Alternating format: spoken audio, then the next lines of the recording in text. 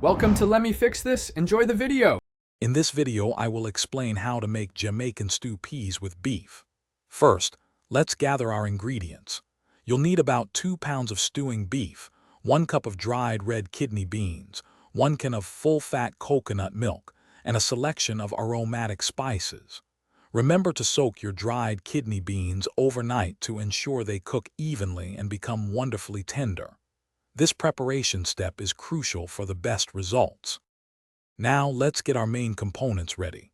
Start by cutting your stewing beef into 1-inch cubes and seasoning it well with a blend of allspice, thyme, and black pepper. Next, pressure cook your pre-soaked red kidney beans until they are tender, which usually takes about 20 to 25 minutes.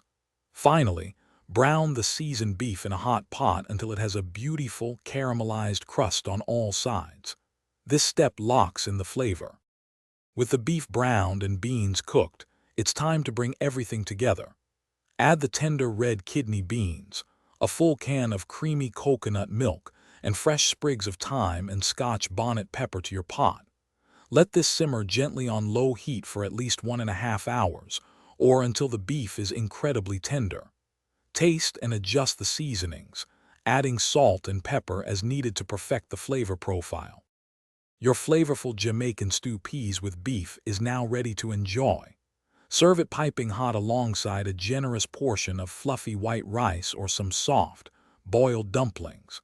For an extra touch, garnish with fresh chopped scallions or a thin slice of Scotch bonnet pepper if you like a little heat. Don't forget to check the description below for a link to a fantastic book about money, plus other great deals. We hope you love this authentic taste of Jamaica. Thanks for watching. If you found this helpful, don't forget to like and subscribe.